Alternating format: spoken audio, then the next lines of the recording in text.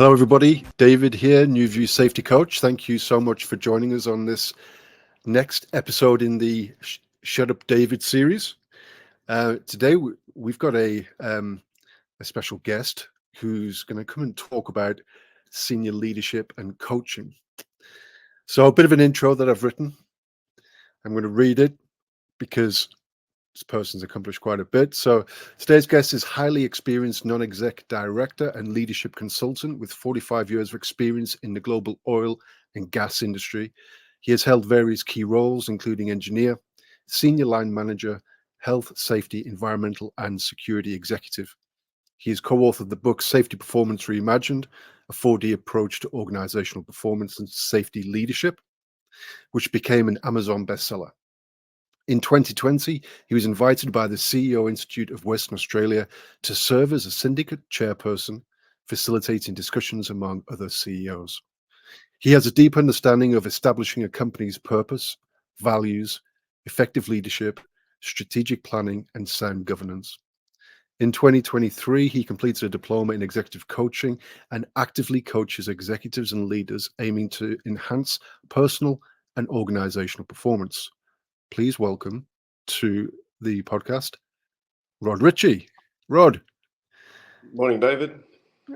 Thank you very much for joining us today, sir. Very much appreciated. My pleasure.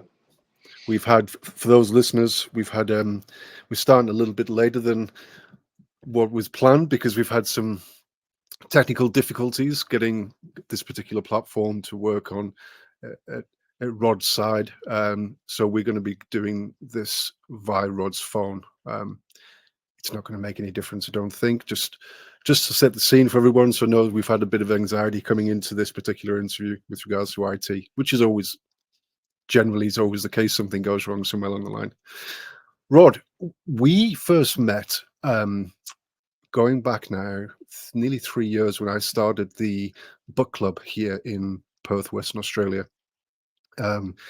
Yourself and Brett Reed were the very first guests to the very first book club in Fremantle that was held in Fremantle, the Sail and Anchor in Fremantle. That was the first time we met.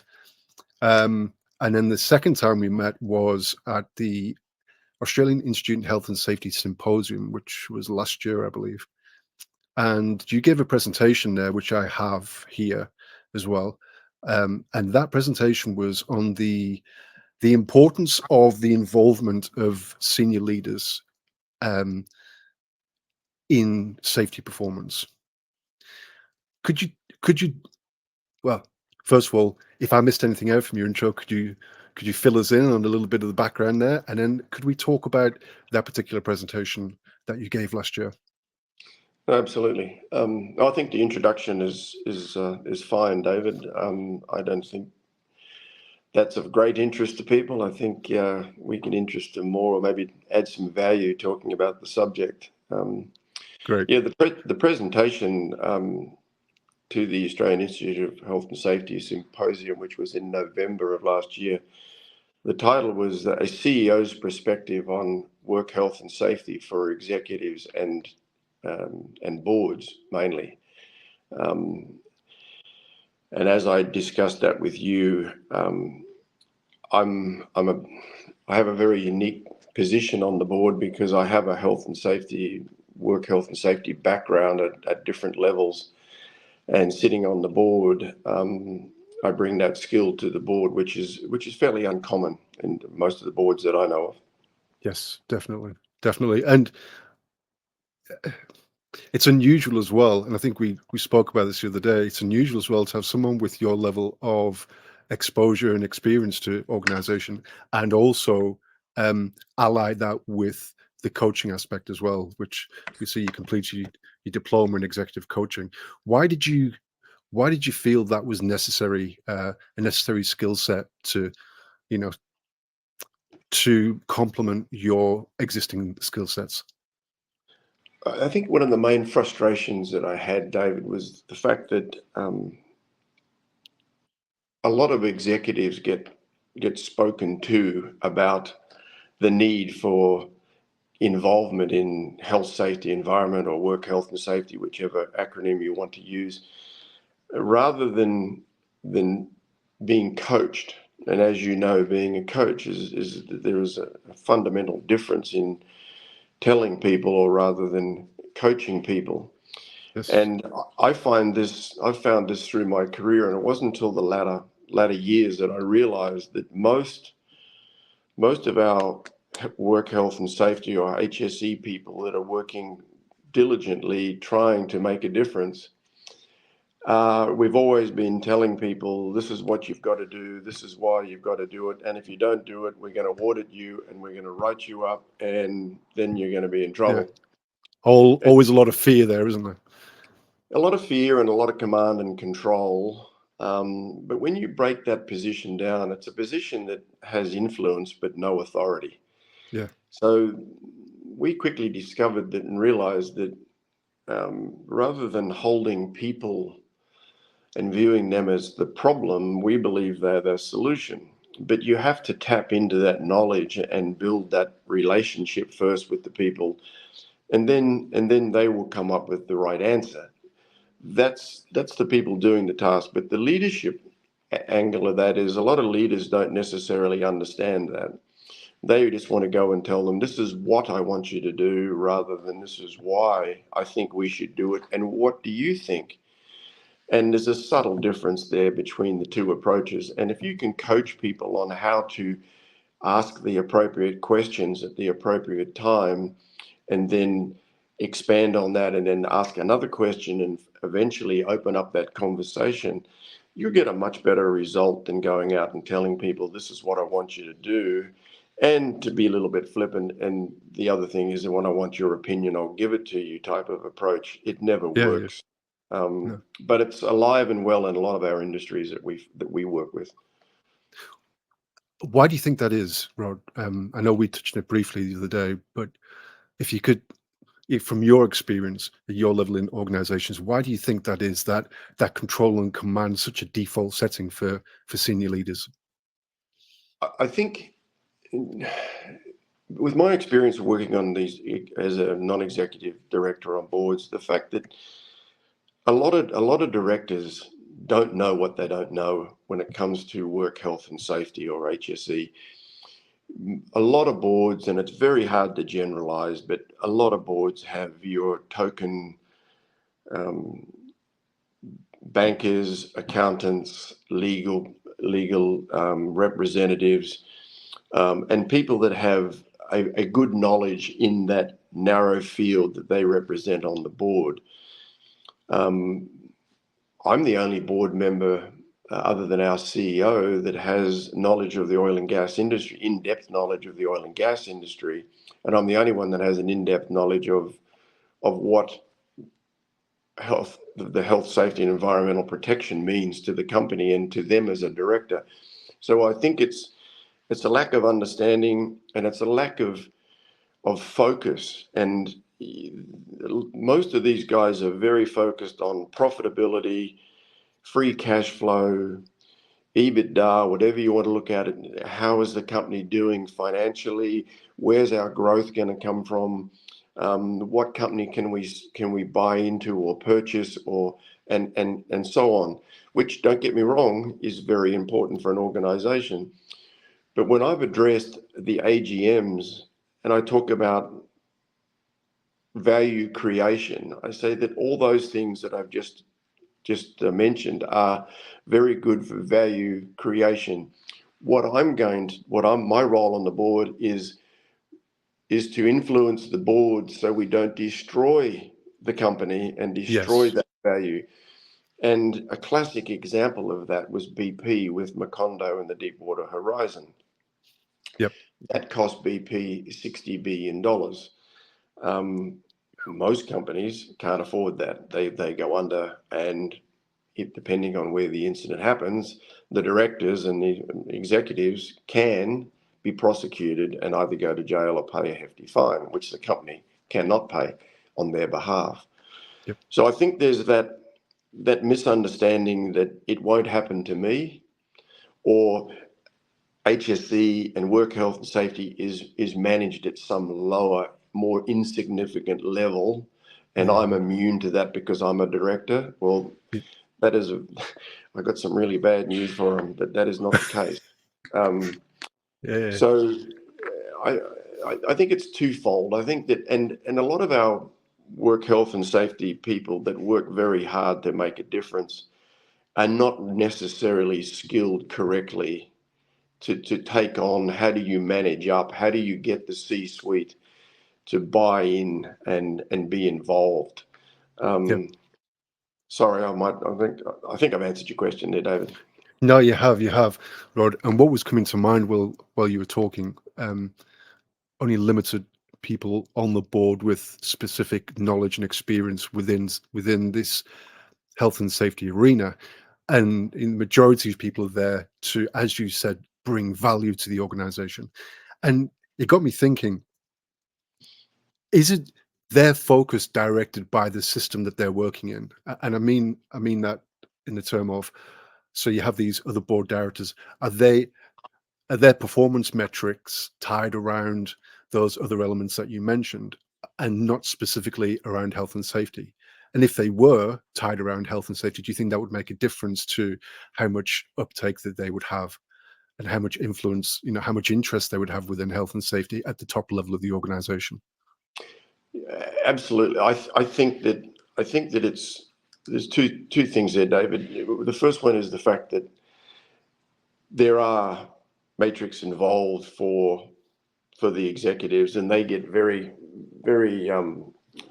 handsomely rewarded for delivering on those objectives through whether it's an MBO process or whatever objective, STI we call it, the short-term incentive plan. And obviously there are HSE goals in there, but a lot of companies use lagging indicators and Yep. rather than, and even measuring leading indicators in HSE, what we recommend is, record that because our regulators want that. And if that keeps the regulators happy, that's great. But that's not going to make a difference to your business because you're really running your business looking in the rear vision mirrors. You know what's happened rather than trying to be proactive and preempt what is going to happen. So Yep. what we came up with is a whole series of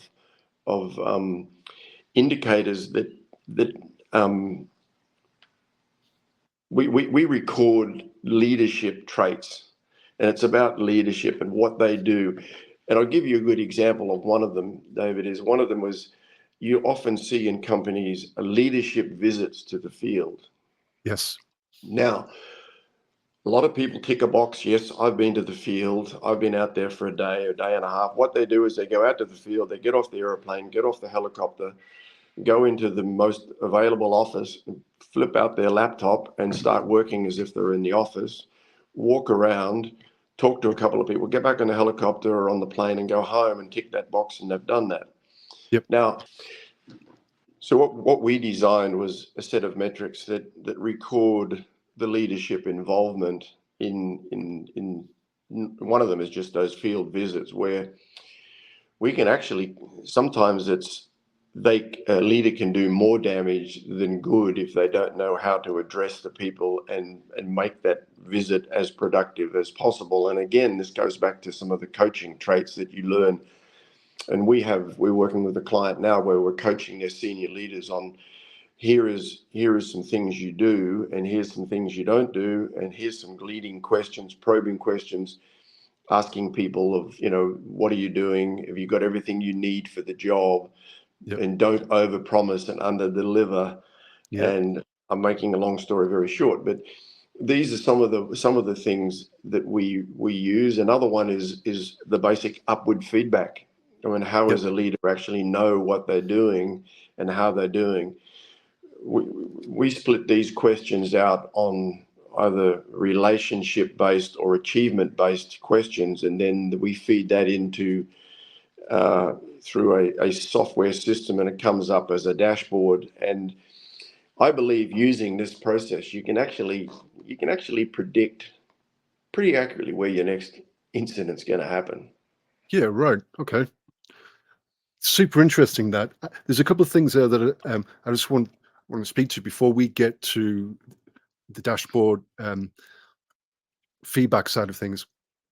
First thing there you mentioned was how much damage can be done by senior leaders when they go out into the field.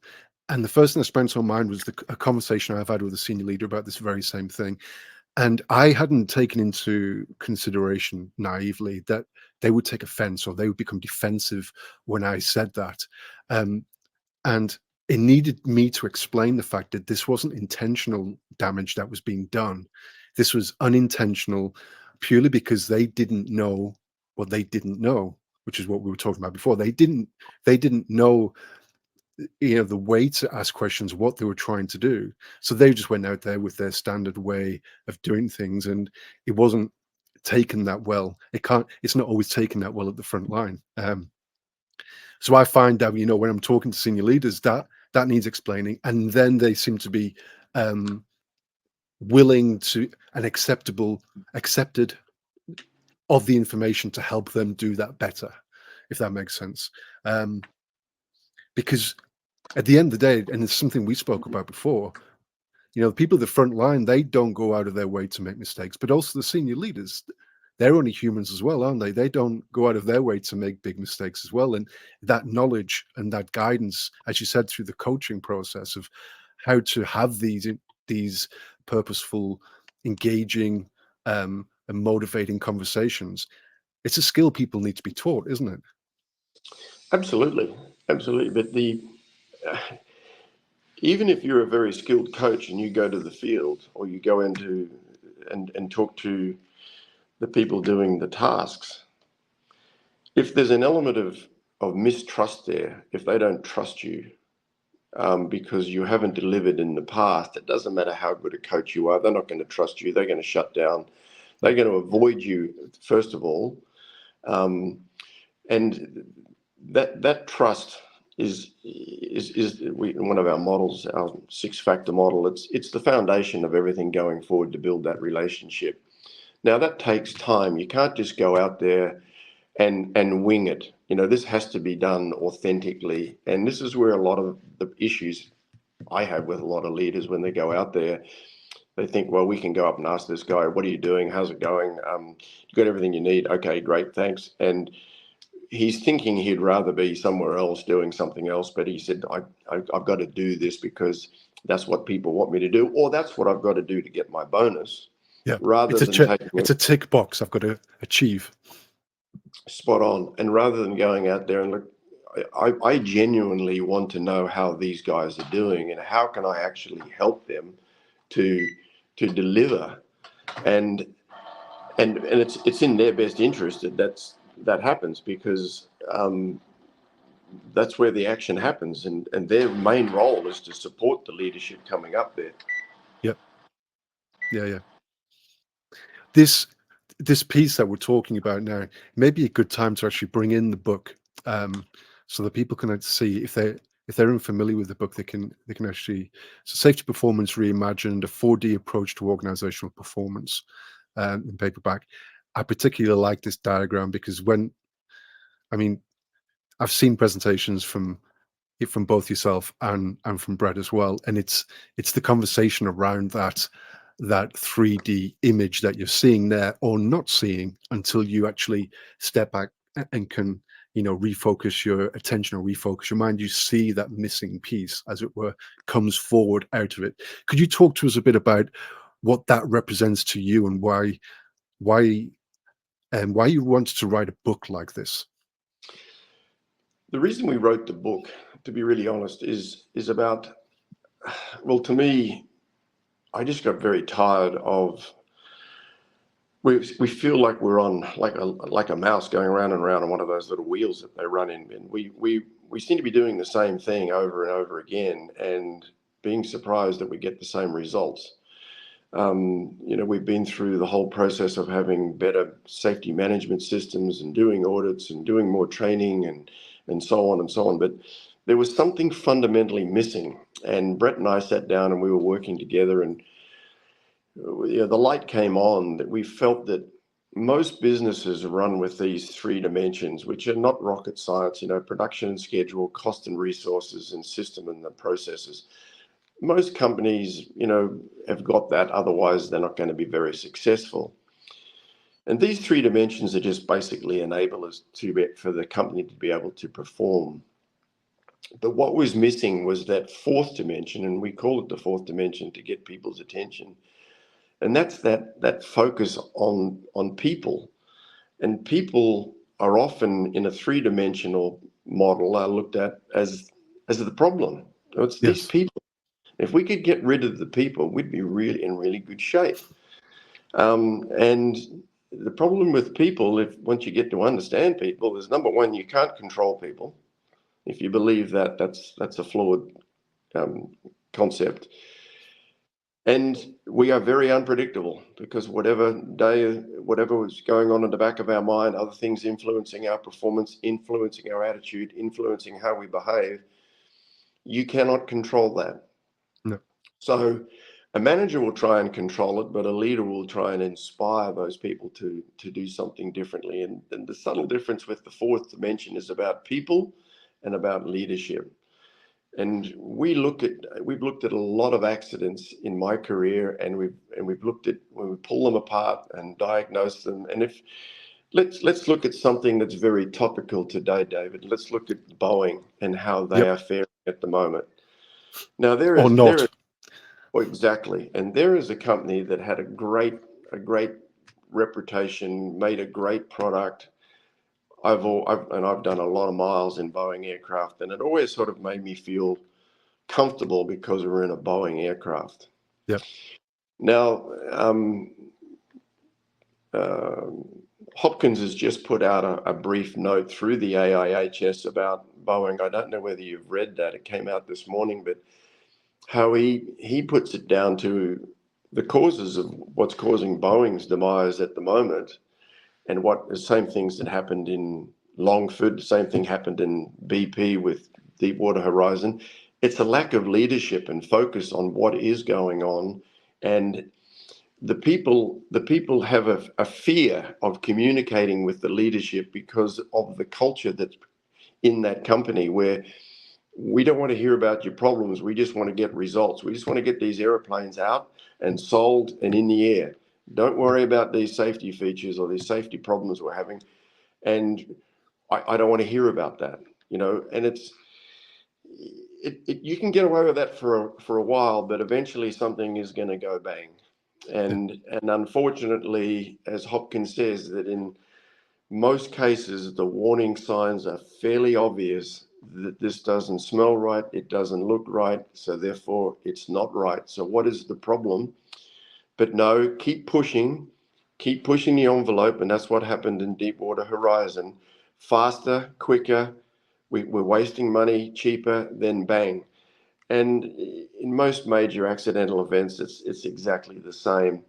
That's not a safety issue. That's a leadership issue that creates something that goes bang. So if you keep looking at the safety issue, and as we say, it's a bit like trying to learn from marriage by studying divorce. Yep. It doesn't teach you anything or teach you enough.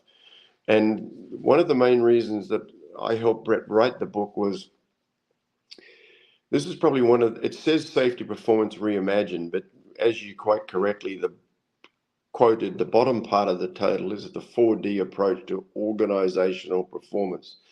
This book is more about leadership than Yes. looking at slips, trips, and falls. The reason I wanted to write it is it's probably the only book on leadership that hasn't been written by a clinical psychologist. Right. With all due respect to clinical psychologists, but Brett is an ex-major in the Australian SAS, leading teams in high-risk environments. I've led teams in high-risk environments called the oil and gas industry for a long time. And leading people, having that experience, making those mistakes. I've got the scars to prove it, where you make mistakes, you learn from it, you go on. And I don't want to be sued by a whole bunch of clinical psychologists, but we have the experience and the runs on the board of what that means, rather than studying it as a PhD paper. So that's the main reason we wrote the book. And as I say too, a lot of that book has been written in blood. It's a very interesting book. I've got to say, my copy of it my signed copy as well. I believe you've both signed it.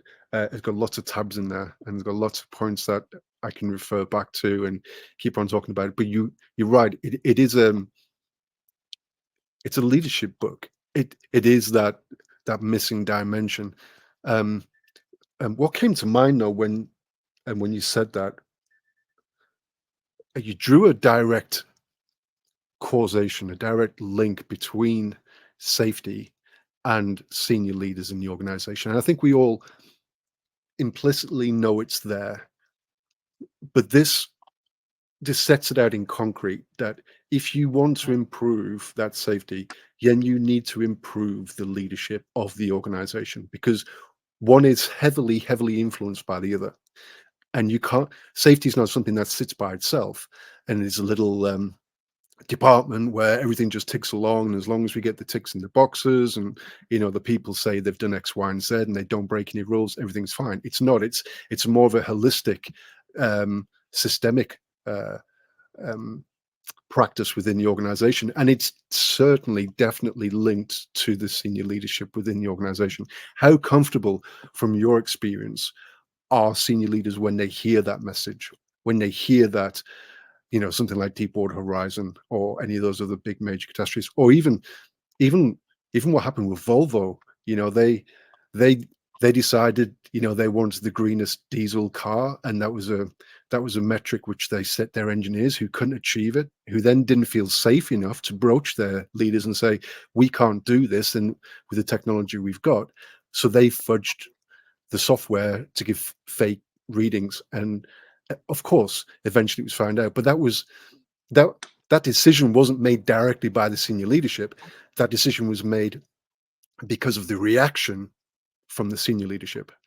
And they can say we're not responsible, but they are responsible because they set the culture for the organization. How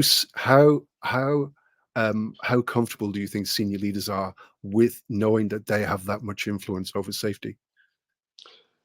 First of all, that was Volkswagen, not Volvo. Sorry, So, Volkswagen. yeah, Apologies. we I don't want to get sued either, by the way. Volvo may not appreciate that. No. I think that there's several questions there. I think I'll give you a true, and I mentioned this in the symposium, that when Deepwater Horizon happened, I was the senior vice president for an oil company and for the health, safety, security, environmental department. And I went to the board and I said, guys, what keeps you awake at night? And they were talking about lots of different things, but they weren't talking about a major accidental event. So I had a discussion with them saying that, to me, an incident like this, and we're exposed to this because we have offshore rigs in the North Sea and New Zealand and Australia and other places in the Mediterranean. This will put us out of business, but it could also put you guys in jail. I was intentionally trying to have a big impact on them, and I did, because then they wanted to stop all offshore drilling. So I had to back up a little bit and say, no, don't get me wrong, we can manage this. It's a bit like flying an aeroplane. If it's all done correctly, it's a safe activity. It's just like drilling an oil and gas well. If you cut corners and get in too big a hurry and don't have the competent people, you will have a problem. Same as flying an aeroplane. Incompetent pilots, badly maintained aircraft, not a good mix. No. So I got their attention, and then we did a major accidental event study on we risk ranked all our facilities, and then did a cultural study. And so that's one thing we did there, but I managed to get their attention, and that's the challenge of managing up, but that's another question. But when you're talking to these guys, these people are very smart people. Yes. These are CEOs, board directors, whatever. They are. You assume they're smart people.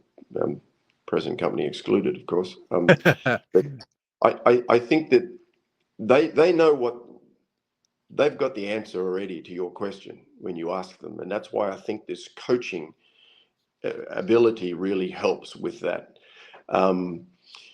But you're right. Any decision, I tell our board, any decision we make today could kill someone in 2 to 3 years' time.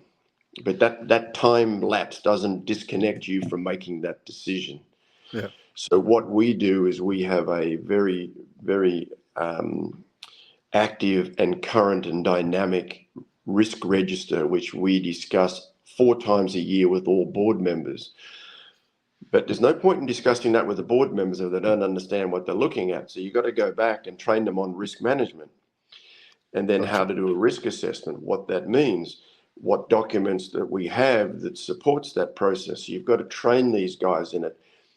And I'm going to go out on a limb here, but I reckon a large percentage of people on boards have no concept of any of those, what I've just talked about in terms of risk register.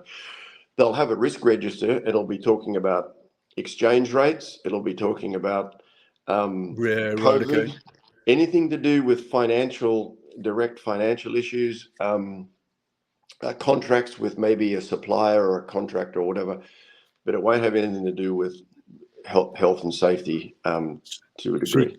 you could call that corporate risk as opposed to operational risk. Well, operational risk, if it goes bang, David, is going to affect everything in the corporate. So how we don't operate anything, but we hold our joint venture partners who are the operators, we hold their feet very, very close to the fire on what are you doing, how are you doing it, how are you mitigating this, how can I sleep at night? And then I say, show me. Yep. And I'm probably their worst nightmare because not many other boards would ask those questions. But that's a challenge with these people, that they really need to understand the difference of I'm going to say a difference between a priority and a value. And you see in a lot of companies, our safety is our number one priority. Yep. Now, that is a lot of BS, because priorities, as you know, change. We all have priorities when we get up in the morning. I'm going to do this, I'm going to do that. And then something from, comes in from left field, and therefore that slips into the other priority. Priorities change. And that's what happens with Deepwater Horizon. The priority there was to cut costs, speed up, get this rig off the location. It's costing us $1 million a day. Yep. If it's a value, if safety is actually a value to the organization, your values and beliefs don't change. No, and they drive the Not behavior as well a lot more than. absolutely, and that creates the climate that you're working in, and that ultimately creates the culture where that's just the way we do things around here. And you can pluck a leader out of that group if that culture is strong enough. Pluck that leader out and put a new leader in that doesn't have the same values, and the organization will reject that person rather than the other way around. If that culture is embedded and it's the way we do things, you won't influence us to do anything differently in terms of shortcutting, cutting corners. We will reject the leadership, and that doesn't happen very often because of It doesn't. and it takes a long time to build. Yeah. You touched on a few things there.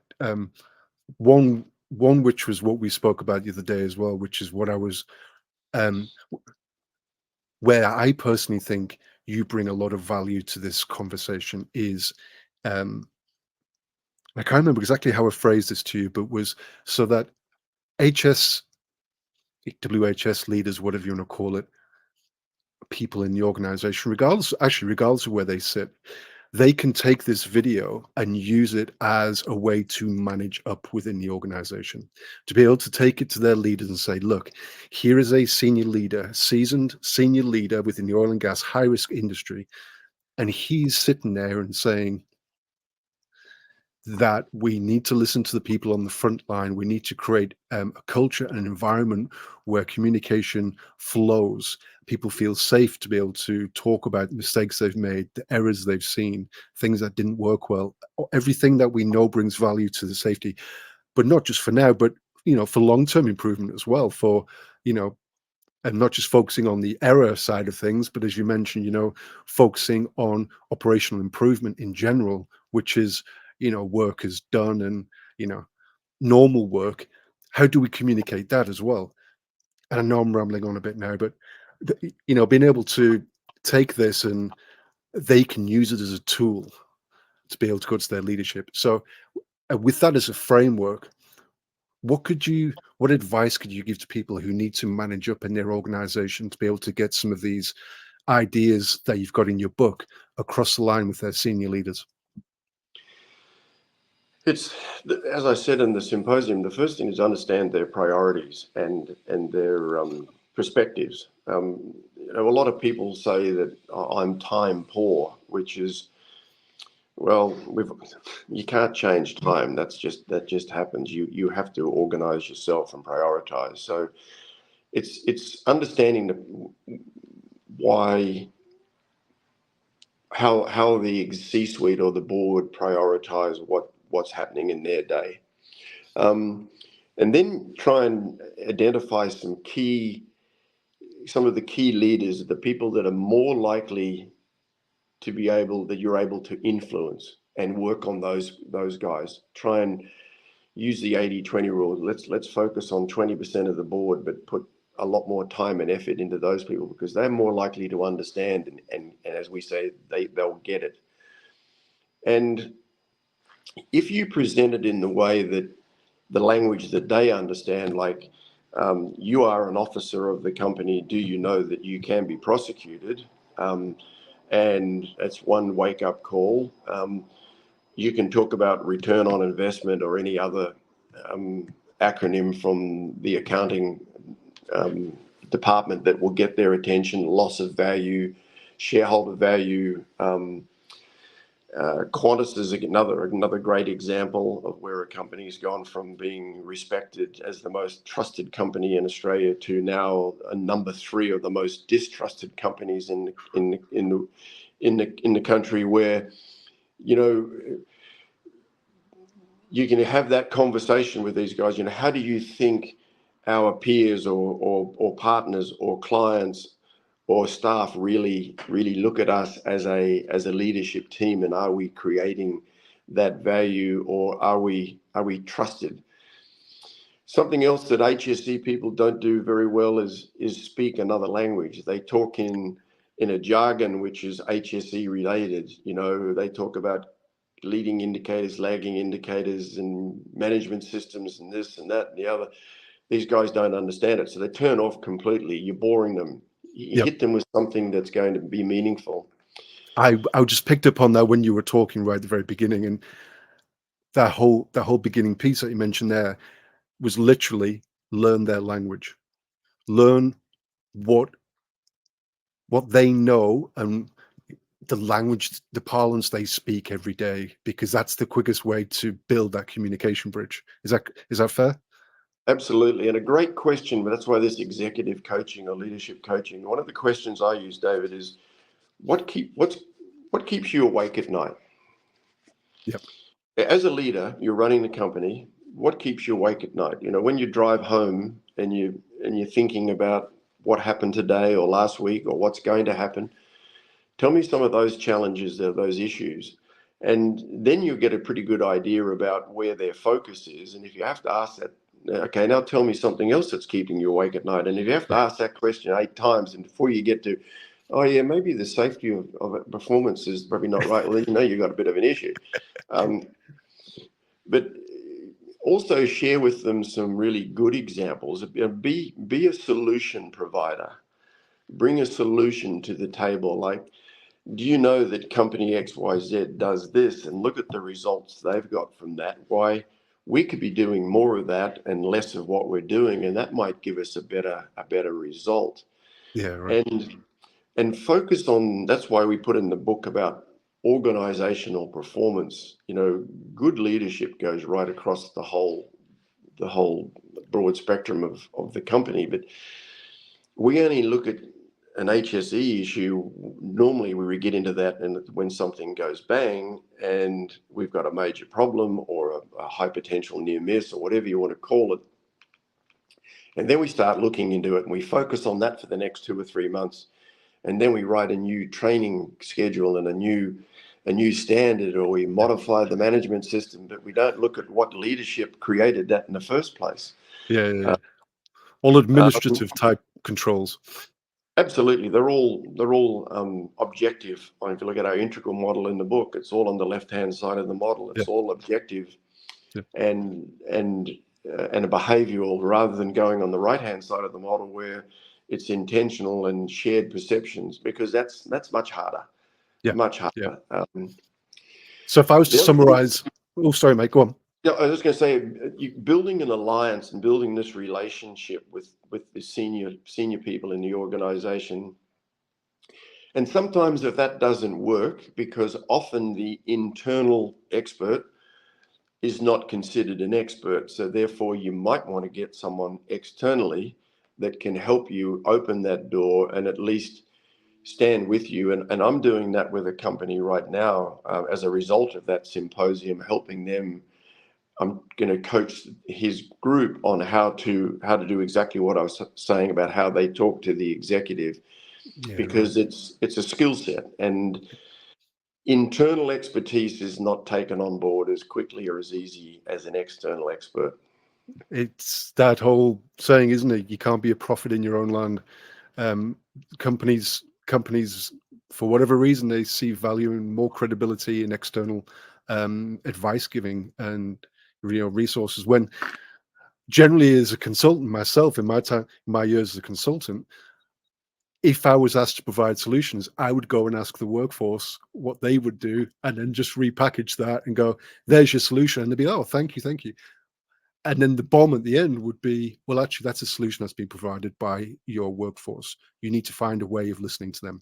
But if I was to summarize what you were saying, then, because I really want to hit home with this, so safety leaders have got an approach for talking to their senior leaders within the organization about safety. It would be, number one, learn their language, learn their priorities.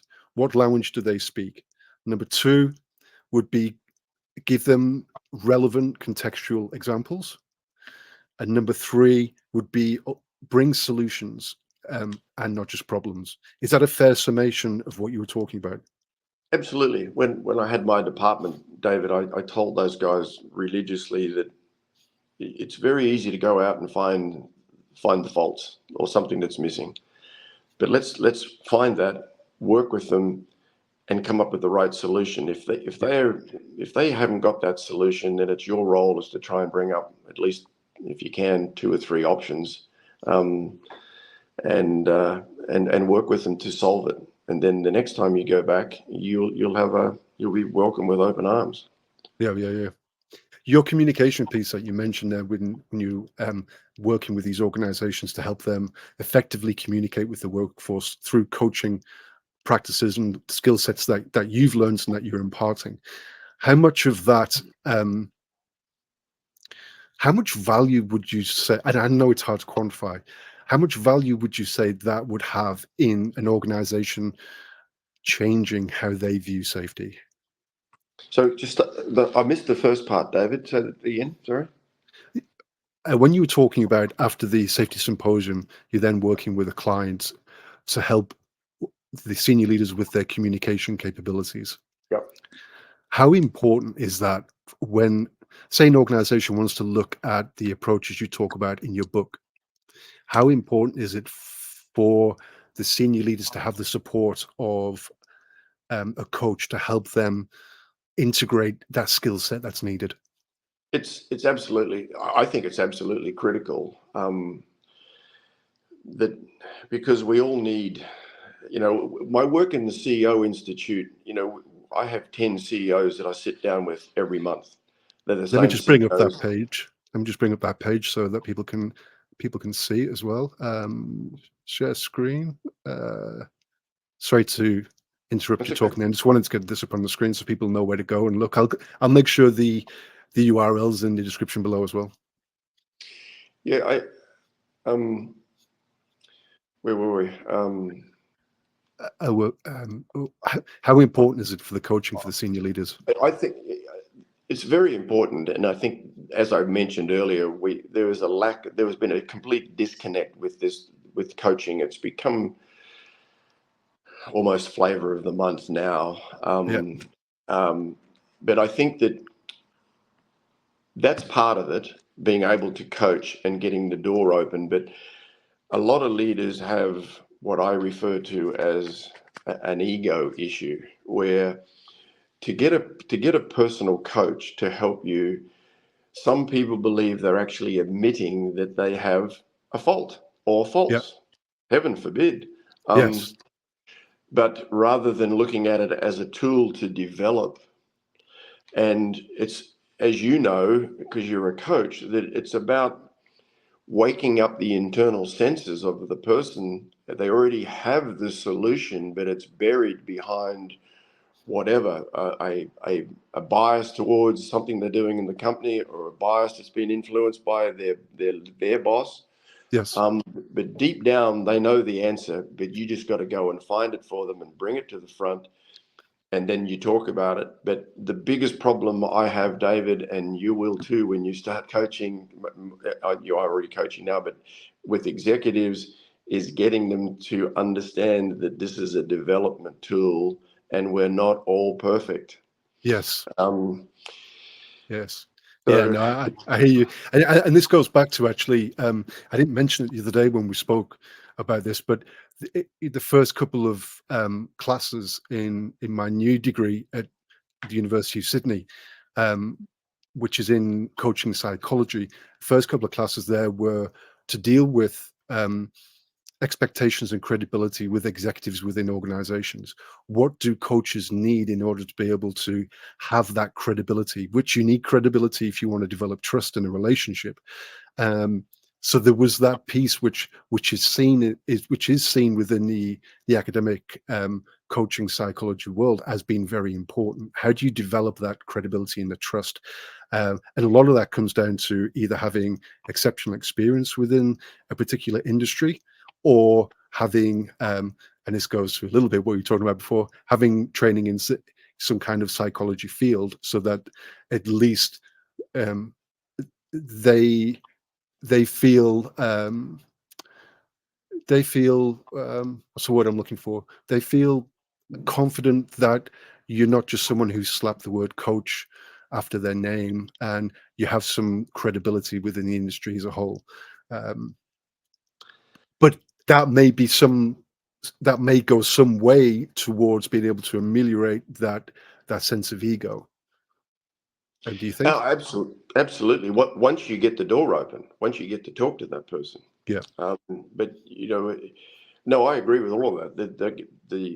Through the Australian Institute of Professional Coaches, before I did that diploma, I thought that I was a reasonable coach until I hadn't studied the psychology of it or understanding of it, and I was getting confused between a mentor and a coach, Yeah.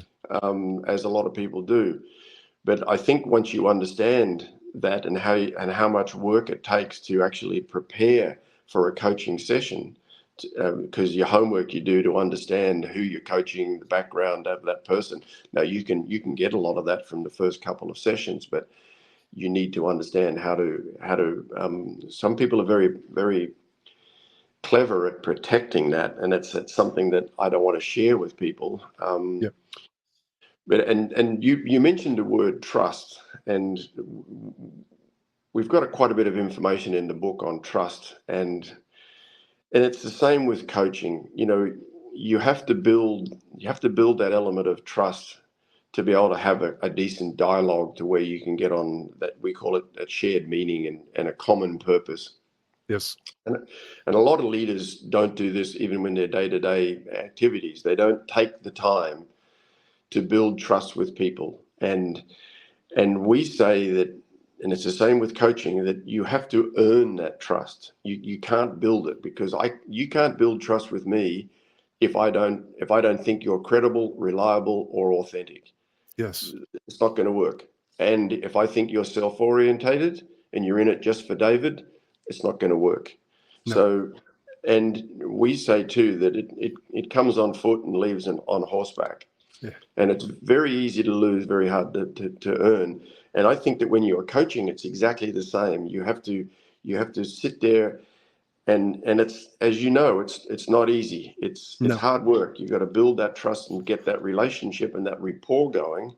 Once you've done that, some of these leaders just open up like a big flower, and they'll tell you everything about everything. And Yeah, well, then when you get to that stage, then it's easy to coach, in my opinion, in my experience. yeah. But there's that prerequisite before you even engage in that first conversation, the prerequisite with regards to the credibility and even the respect as well.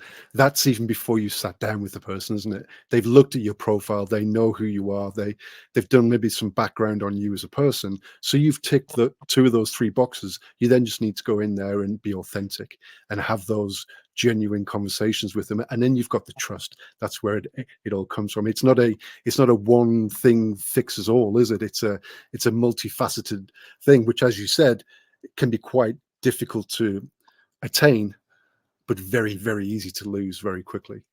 Absolutely, but not all of us are. Not all coaches are suitable to all people. You have to No, very quickly, once you understand the person, and you think, okay, we've got a rapport here. We're on the same wavelength. I think I can help this person. Or you say, I don't think I'm the right coach for you, and that takes a lot of courage from the coach to say, look, I know someone. yeah, I think David might be a better coach in this example than me. I'll give him a call and see if he can do that. And I think, you know, one size doesn't fit all, in my no, opinion and my experience. no, exactly. And we ask the coaches to do a lot of self-reflection. We ask them to do a lot of thinking about, you know, the effect of the things that they do as well. But that's also something the coach has to do. Like you mentioned there, we've got to self-reflect, and we've got to be humble enough to be able to say, and have the humility to be able to say, look, I don't think I'm the right coach for you.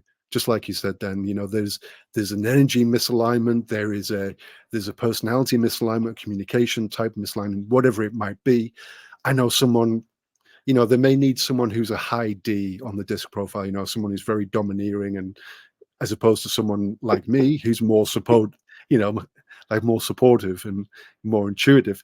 But as a coach, that's part of our self-reflection, isn't it? That's part of our self-awareness, and in that I complex of a think relationship.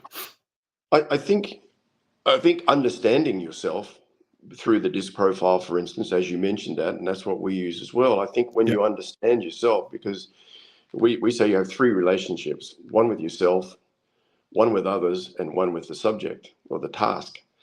So you understand that, and in coaching, it's really critical because you might have a complete misalignment of values.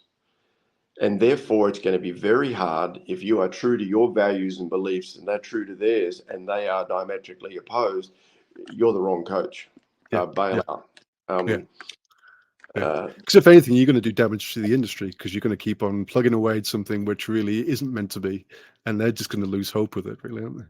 well, that's happening a lot now, David, too. There's a lot of so-called leadership coaches out there that have never led anybody. And I find that a little frustrating, because I think if you are going to be if you're going to be paid by someone to do some leadership coaching, I personally would expect that person to have had some leadership and have some experience and runs on the board.